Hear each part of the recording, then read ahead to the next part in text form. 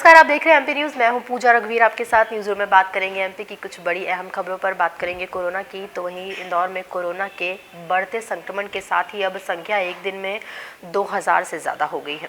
इस बीच मंगलवार को एक और मौत हुई है। वहीं इसके सहित तीसरी लहर में अब तक 7 लोगों की मौत हो चुकी है। इसमें शामिल एक महिला जो कि अन्य कई बीमारियों से पीड़ित थी। उन्होंने वैक्सीन का दूसरा डोज भी नहीं लगवाया था। वहीं अभी तक जो 7 मौतें रिकॉर्ड हुई हैं, सभी की उम्र 50 वर्ष से ज़्यादा थी तथा इन्हें अन्य दूसरी बीमारियां भी बताई जा रही थी। तीसरी लहर में जो 7 मौतें हुई हैं, उनमें अलग अलग गंभीर बीमारियों के साथ कोविड पॉजिटिव होना रहा। वहीं दूसरा, ये सभी अस्पताल में एडमिट रहे हैं। इन लोगों की उम्र 51 से 80 साल बताई जा रही है। इनमें 3 मौतें तो 10 जनवरी से शुरू हुए बूस्टर डोज के पहले ही हो चुकी थी। बढ़ते हैं अगली खबर पर। पुलिस कमिश्नर सिस्टम में थाना स्टाफ की जवाबदेही बढ़ाने के मकसद से थानों में शुरू हुई विजिटर रजिस्टर व्यवस्था के रिजल्ट आ गए हैं। बीते 30 दिनों में थाने पहुंचे हजारों विजिटर्स से लिए गए फीडबैक के आधार पर थाना कटारा हिल्स को विजिटर्स से अच्छे व्यवहार के लिए पहला स्थान मिला है, जबकि अशोका गार्डन थाने को आखिरी स्थान मिला है। जोन 2 क्षेत्र के मिसरौद और अवधपुरी थाने दूसरे और तीसरे पायदान पर रहे। वहीं जोन 4 दूसरे नंबर पर, जबकि जोन 3 और 1 चौथे नंबर पर रहे। टॉप 3 थाना प्रभारियों को पुलिस कमिश्नर इनाम देंगे। वहीं इससे नीचे रहने वाले थाना प्रभारियों को फिलहाल विजिटर्स से अच्छे व्यवहार के लिए निर्देश दिए गए हैं। सुधार न आने पर स्पष्टीकरण मांगेंगे, इसके बाद कार्रवाई भी की जा सकती है।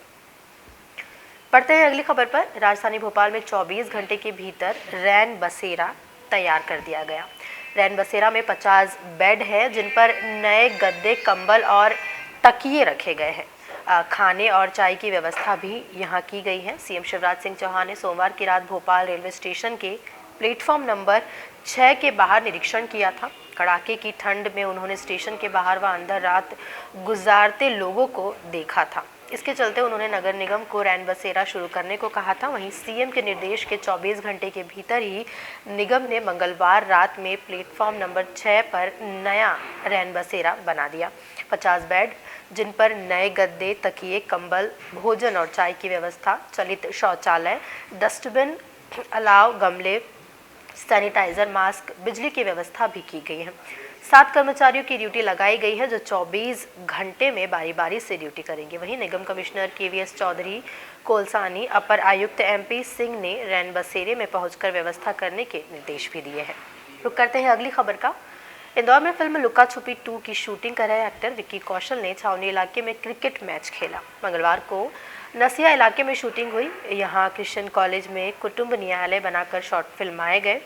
शूटिंग से फुर्सत मिलने पर विक्की ने मैदान में ही प्रोडक्शन टीम के साथ क्रिकेट मैच खेला। चौके छक्के भी जड़े। वहीं काफ़ी देर तक वह मैदान पर डटे रहे। लुका छुपी 2 में विक्की के अपोजिट सारा अली खान है। विक्की और सारा को फिल्म में मिडिल क्लास फैमिली का बताया गया है। वहीं विक्की जो है वो योगा टीचर की भूमिका में नजर आ रहे हैं। दोनों फिल्म में अपना खुद का घर खरीदने की कवायद करते नजर आएंगे ये दोनों ही कलाकार। वहीं फिल्म के कुछ शॉट्स जो है उज्जैन में भी फिल्माए गए हैं। बढ़ते हैं अगली खबर पर।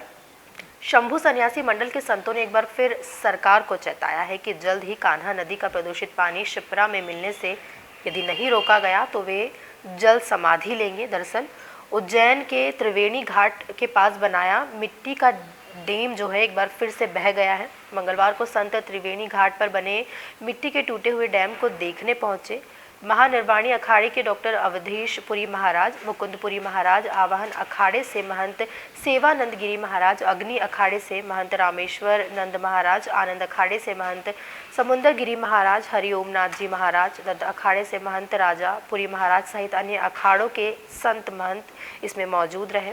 वहीं शिप्रा शुद्धिकरण का स्थायी हल निकाला जाए। शिप्रा शुद्ध होने तक आंदोलन जारी रहेगा। सरकार यदि ठोस कदम नहीं उठाती है तो संत समाज जल समाधि भी लेगा।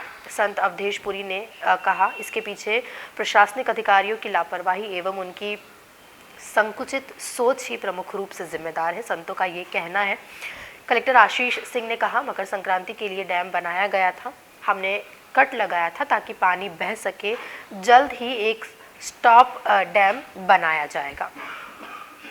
बढ़ते हैं अगली खबर पर।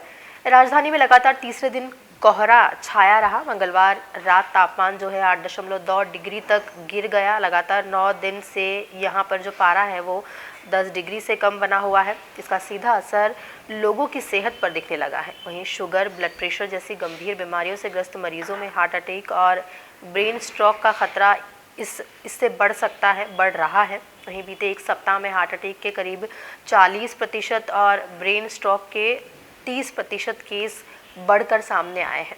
भोपाल के अलग अलग अस्पतालों में पिछले 24 घंटों में हार्ट अटैक के 48 और ब्रेन स्ट्रोक के 15 मरीज भर्ती हुए हैं। डॉक्टरों का कहना है कि दोनों ही मामलों में 90% मरीज ऐसे हैं जिन्हें सुबह 9 बजे से पहले अस्पताल लाया गया है। मौसम वैज्ञानिकों की माने तो 22 जनवरी से एक बार फिर ठंड बढ़ने के आसार है।